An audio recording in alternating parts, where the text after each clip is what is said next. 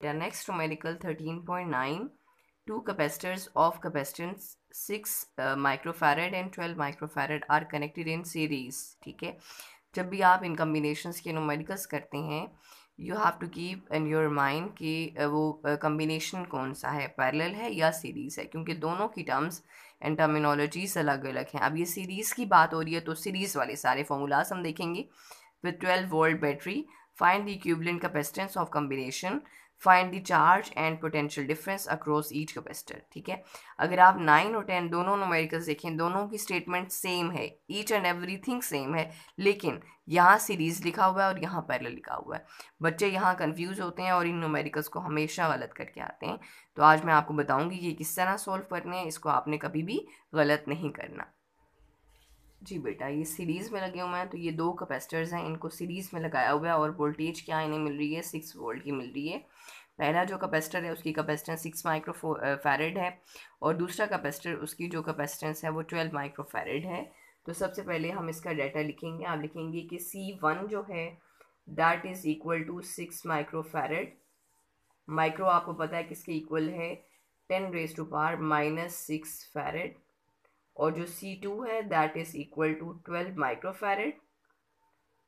फिर हम लिखेंगे कि माइक्रो इज़ इक्वल टू 10⁻⁻6, साथ में इससे यूनिट क्या आ जाएगा, फैरेड. ठीक है, और जो बैटरी पोटेंशियल डिफरेंस है वो आप लिखेंगे V से रिप्रेजेंट हम उसको करते हैं, दैट इज़ 12 वोल्ट. अब हमने यहाँ क्या चीज़ फाइंड आउट करनी है, हमने इक्विवेलेंट कैपेसिटेंस फाइंड आउट करनी है. दूसरा हमने वोल्टेज के पहले जो कैपेसिटेंस है उसमें कितनी वोल्टेज है, दूसरे में कितनी वोल्टेज, वो फाइंड आउट करेंगे. इसके अलावा उसमें चार्जेस कितने स्टोर हो रहे हैं, तो Q1 Q2 फाइंड आउट करेंगे. आपको पहले ये बात पता होनी चाहिए कि जब हम सीरीज़ में किसी भी चीज़ को कनेक्ट करते हैं तो उनमें चार्जेस के फ़्लो करने का एक ही पाथ है.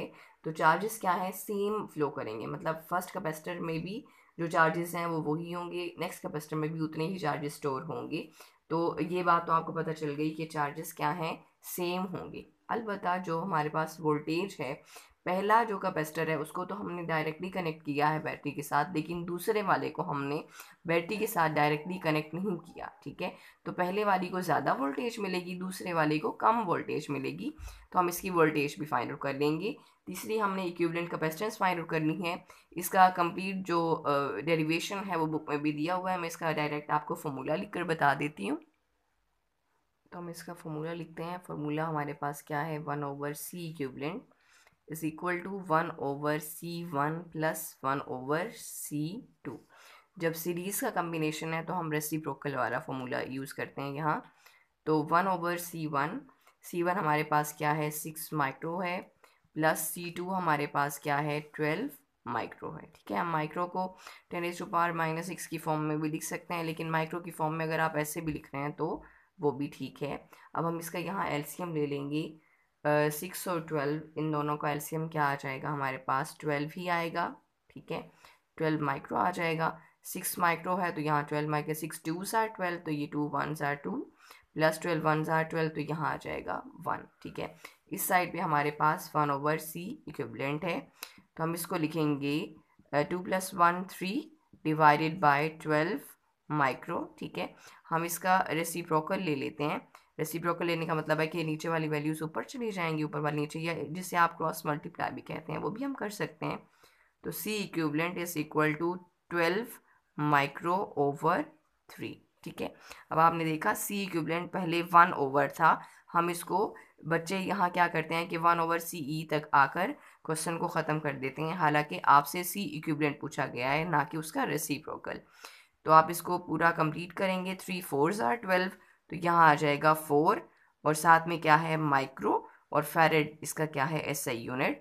आप लिखेंगे जो इक्विवेलेंट कैपेसिटेंस है वो कितनी होगी, कि दोनों की कैपेसिटेंस को मिला के वो कितनी आई है, 4 माइक्रो फैरेड. अब आपने देखा कि पहले हमारे पास फर्स्ट कैपेसिटर की कैपेसिटेंस 6 माइक्रो फैरेड है, दूसरे की 12 माइक्रो फैरेड है.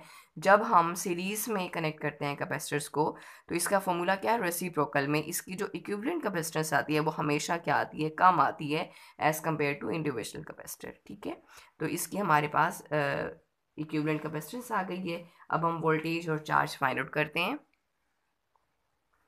तो मैंने अभी आपको बताया चार्ज क्या है, दोनों का सेम है. तो चार्ज के लिए आप फॉर्मूला यूज़ करते हैं, अभी मैंने आपको बताया था कि Q is equal to C V, ठीक है। तो यहाँ हम इक्विवेलेंट कैपेसिटेंस यूज़ करेंगे कि सी ई आ जाएगा, ठीक है। चार्ज दोनों में सेम है। अब चार्ज फाइंड आउट करने के लिए सी इक्विवेलेंट कितना आया, 4 माइक्रो फैरेड है, और मल्टीप्लाई बाय वोल्टेज आपको पता है 6 वोल्ट है। 6 मल्टीप्लाई बाय 4 आप करेंगे, आंसर आ जाएगा 6 4 आर, सॉरी वोल्टेज हमें 12 गिवन है, ये बाय मिस्टेक मैंने 6 लिख दिया था, 12 है, ठीक है। तो यहाँ भी वोल्टेज क्या है, हम 12 कर लेंगे।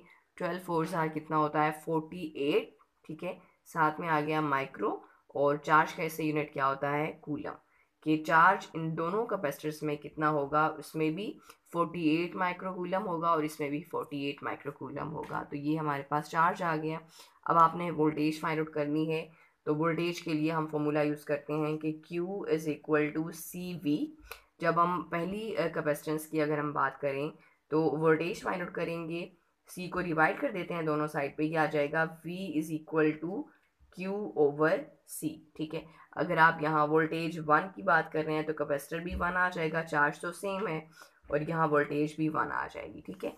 और दूसरी साइड पे जब हम V2 फाइंड आउट करेंगे, यहाँ हमारे पास Q ओवर C, तो दूसरा जो कैपेसिटर है उसकी कैपेसिटेंस क्या है, डिफरेंट है, तो उसको हम लिखेंगे C2।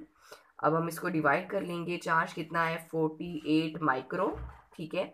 फर्स्ट कैपेसिटेंस हमारे उसकी जो कैपेसिटेंस दी हुई है 6 माइक्रो है, और अगर आप दूसरी साइड पे देखें चार्ज कितना है 48 माइक्रो, और उसकी कैपेसिटेंस कितनी दी हुई है 12 माइक्रो, ठीक है। माइक्रो से माइक्रो को हम कट कर देंगे दोनों साइड्स पे, ठीक है। और 6 8 आर कितना होता है 48, तो जो वोल्टेज 1 है वो कितनी आ जाएगी आपके पास 8, और वोल्टेज का इससे यूनिट क्या होता है वोल्ट, ठीक है। और आपके पास 12 और ऊपर 48 है, तो 12 फोर आर कितना होता है 48 होता है। तो आप V2 लिखेंगे कि वोल्टेज 2 जो है वो कितनी आ गई आपके पास 4 वोल्ट। तो मैंने आपको पहले भी बताया था कि पहली जो कैपेसिटेंस है उसको वोल्टेज ज़्यादा मिलती है, दूसरी को कम मिलती है। तो पहले का जो वोल्टेज आया वो कितना आया है 8 वोल्ट, दूसरे को कितना वोल्ट मिला 4 वोल्ट। 8 और 4 दोनों को आप मिलाएं तो टोटल वोल्टेज कितनी बनती है 12 वोल्ट ही बनती है।